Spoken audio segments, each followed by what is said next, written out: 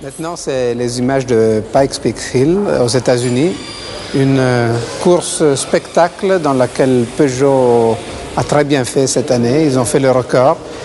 C'est une course un peu spéciale, toute sur la terre, une montée à très haute altitude. Les autres constructeurs, Lancia principalement, ne participent pas à ce genre de course. Ils font le championnat du monde des rallyes parce que je pense qu'ils aiment mieux voir une grande confrontation entre les constructeurs. Mais Pikes Peak, c'est toujours un spectacle et c'est bien de le voir.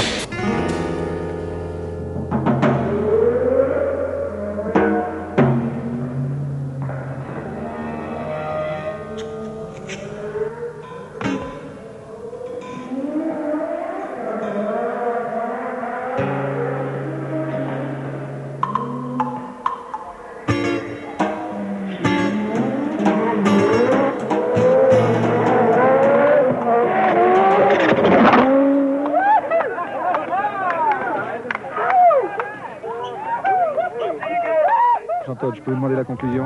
La conclusion, c'est Walter Earl a gagné. Il avait eu un problème aux essais. Là, c'est Harry qui a eu un problème avec un clip de turbo qui a cassé. Et il a terminé à 7 secondes de Walter. Et c'est la course. C'est dommage. Est-ce que vous êtes un petit peu déçu par cette deuxième place? On est toujours déçu lorsqu'on vient pour essayer de gagner et qu'on termine deuxième. Eh bien, ça veut dire qu'on n'a pas atteint l'objectif qu'on avait pu se fixer. Alors vous reviendrez? Vous savez que jusqu'à présent, lorsque Peugeot s'est décidé à participer dans certaines épreuves, eh bien, c'était avec la volonté de gagner. Donc on aimerait bien pouvoir montrer qu'on est capable de gagner Pikes Peak.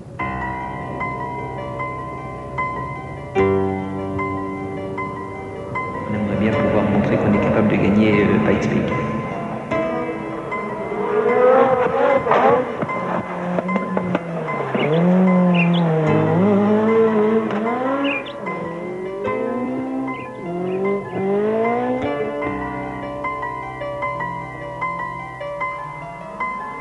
Évidemment, l'objectif principal va être de battre le prestigieux record de Walter Earl. Et je dois dire que là, toute l'équipe, tous nos ingénieurs et tous les ingénieurs de la direction technique du groupe ont pris beaucoup de plaisir à concevoir cette voiture et à laisser un peu libre cours à leur imagination. Et la version 405 Turbo 16 Pikes Peak, c'est un petit peu ce résultat. C'est le tout premier tour de roue d'une toute nouvelle voiture.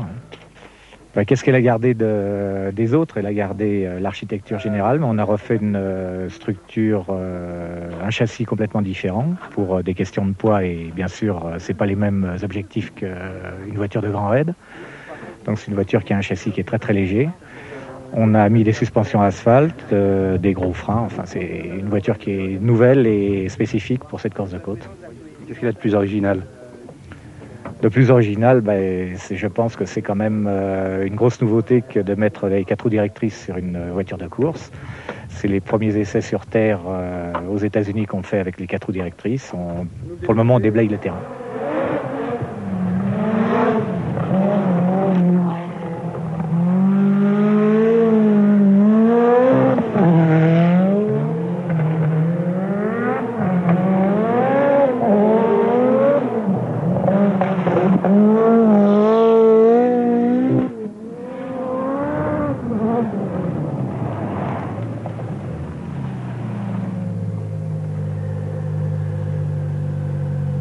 Ça fonctionne comment? C'est un système entièrement mécanique qui recopie l'angle du volant par l'intermédiaire d'un double pignon sur la crémaillère et un arbre avant-arrière et une came sur le train arrière qui fait braquer suivant une loi qu'on peut faire changer en fonction du terrain, de la largeur des roues, etc. C'est une nouveauté? Chez Automobile Peugeot, c'est une nouveauté complète. C'est pas une nouveauté mondiale en tant que principe, mais en tant que voiture de course, oui.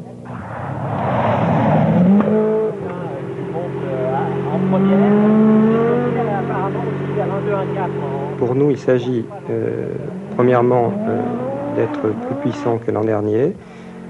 Nous visons une puissance de l'ordre de 600 chevaux et également un moteur plus souple et plus utilisable que le moteur de l'an passé, de façon à permettre une conduite plus facile et plus souple dans les épingles.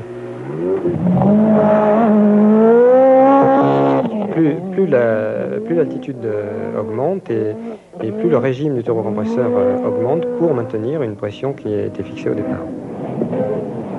Le rôle d'Harry Vatanen, c'est tout d'abord de conduire la voiture. Ça, c'est son premier rôle et il s'en acquitte fort bien d'ailleurs.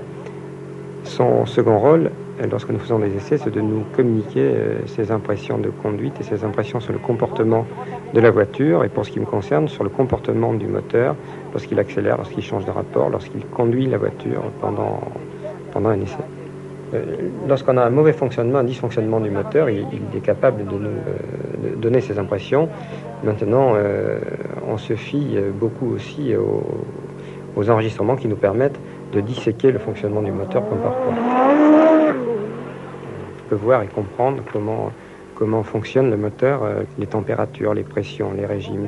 Harry nous communique ses impressions, la machine ne communique pas d'impressions, elle nous donne des indications chiffrées. C'est là la différence. On a également un micro-ordinateur qui nous permet de dialoguer avec le boîtier d'injection et de modifier à la demande les réglages d'injection de façon à les adapter aux conditions de cette route de Pikes Peak.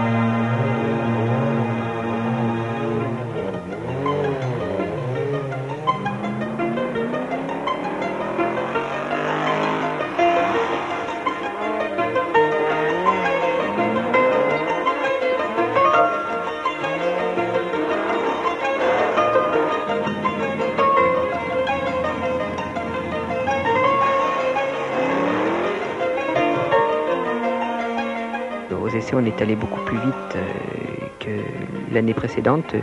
Tout nous permet ou nous permettait de penser qu'on allait être capable d'améliorer le record.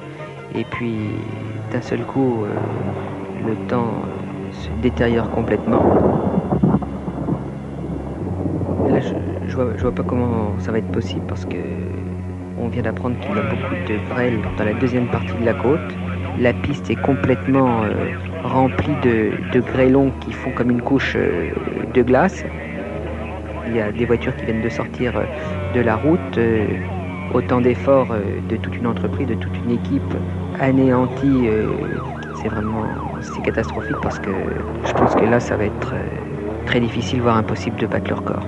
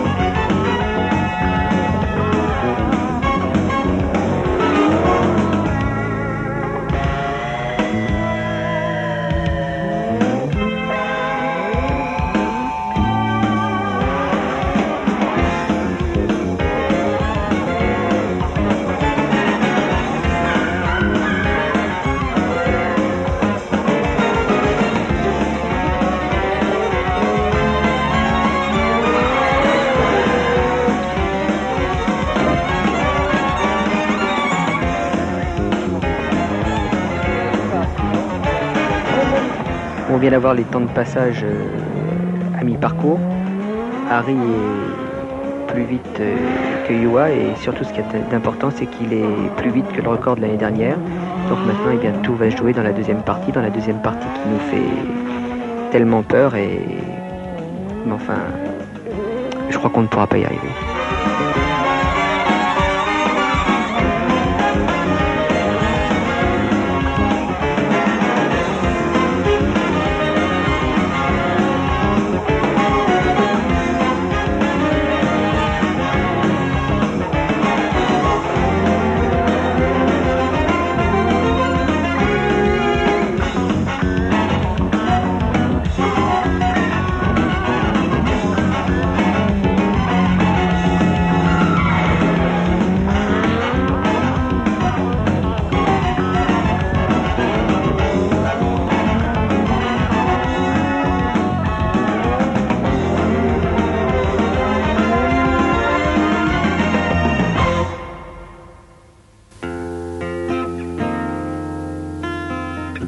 Harry a fait une course magistrale puisqu'il bat le record de 6 dixièmes. Et puis les voitures ont été merveilleuses. Fantastique. La meilleure voiture de le monde.